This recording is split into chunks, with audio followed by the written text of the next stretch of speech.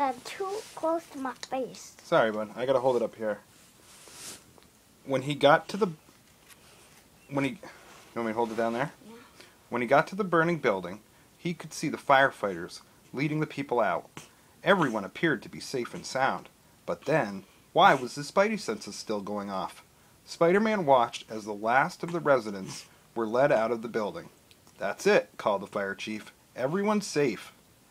Then, that's when a woman started crying out loud and ran up to one of the firefighters. My baby," she wailed. "She's still inside." "There's a baby inside," one of the firemen shouted, stepping out to grab an oxygen tank to put on his back. Spider-Man ran forward. The man's smoke-blackened face looked exhausted. "I know it's your job," Spider-Man said, "but please let me do this for you." The woman told Spider-Man which window was hers. Which one was it? Here I don't know. comes. There's the picture. Oh, Spider-Man jumping out of the building that's burning. The woman also told Spider-Man which window was the baby's room. So he shot his web at the nearest fire escape. But the web melted instantly. The fire was so extremely hot that Spider-Man's web quickly melted away. So he quickly shot another web at the building across the street and swung across as fast as he could. Crash! He broke through the window with his feet and landed with a thump in a dark apartment. The smoke was so thick that Spider-Man could hardly see. Where was the baby? Was she okay?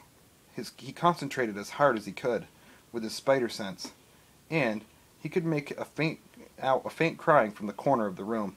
He followed along in the dark and bumped into the baby's crib.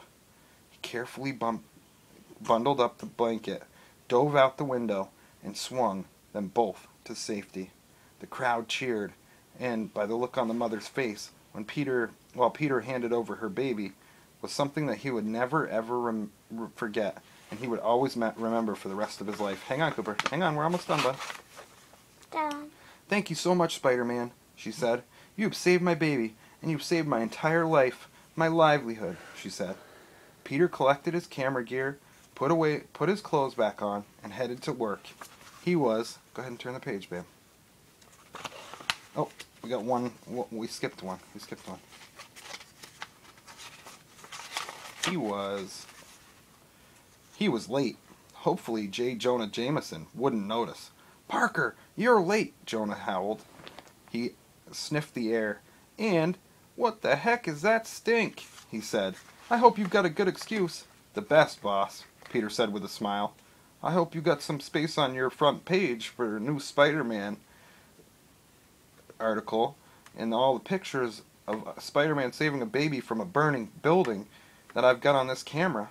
And Jonah did something that he rarely ever did. He smiled, a very big smile. And then it says, "Spider-Man hot as blazes." And the article says, Spider-Man became an official member of the New York's bravest firefighter crew today, as he swung into a burning building to rescue a baby. "It was a miracle and inspiring," said Chief George Bailey. All New York... Hang on, bud. This is very small print. I'm trying to read it, baby. "All New York City firefighters tip their helmets off to Spider-Man this day for his selfless act." Wow. Okay, chapter 6.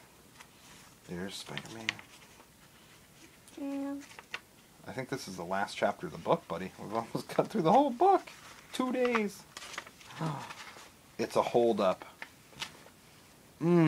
Smells great," said Peter as he walked into Aunt May's house. She had invited Peter and a couple of her neighbors over for Sunday supper. She was making Peter's favorite, meatloaf, mashed potatoes, and green beans, with coconut cream pie as dessert. Peter's stomach rumbled with anticipation. "So how was your day gone today?" Aunt May asked. "Is that Jameson fellow being a little nicer to you?" she said. Peter shrugged. He sat at the kitchen table and was just about to stick his finger into the steaming hot potatoes to have a taste.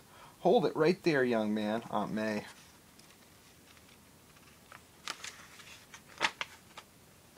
said with a laugh as she playfully slapped his hand.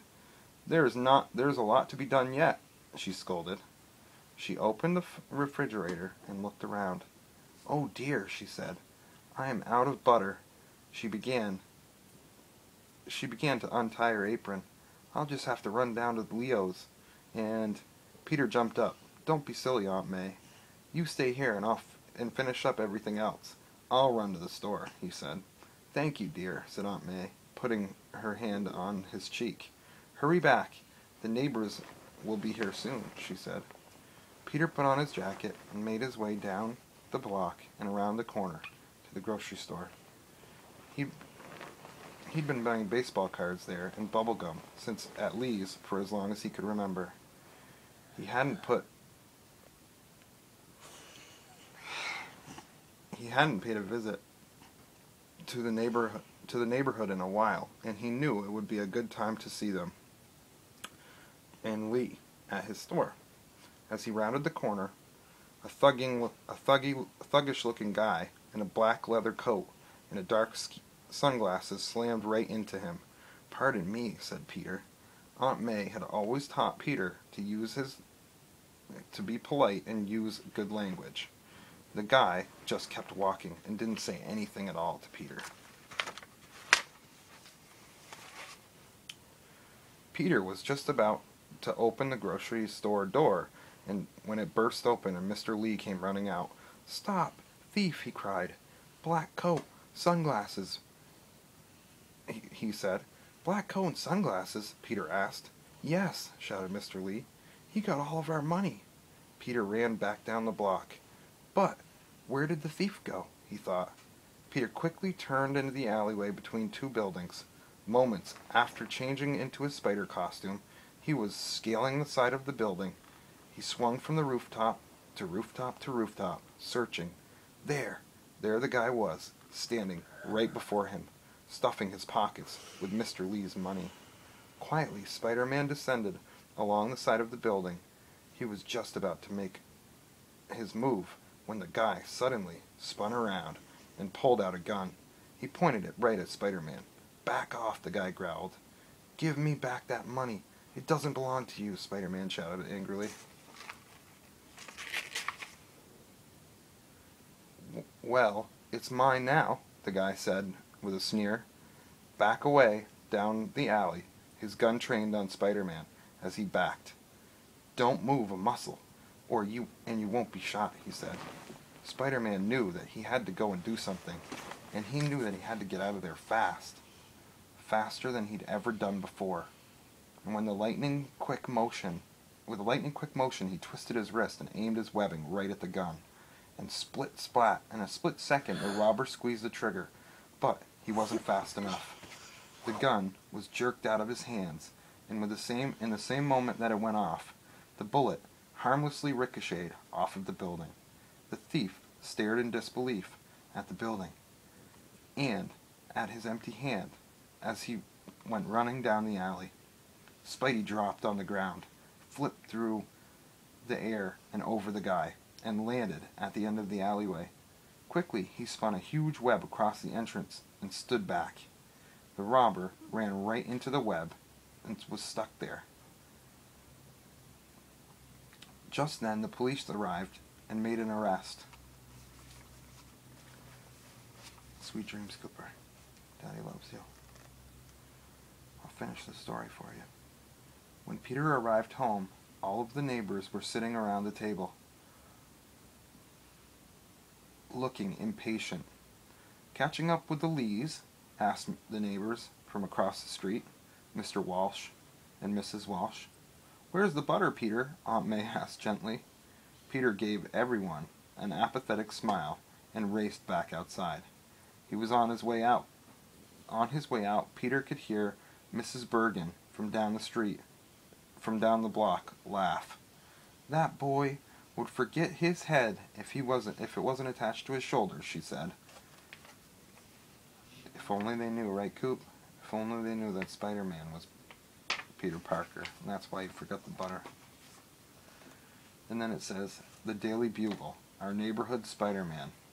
Our friendly neighborhood Spider-Man. And it says, an exclusive interview with Tony Torgo. And it's about Spider-Man.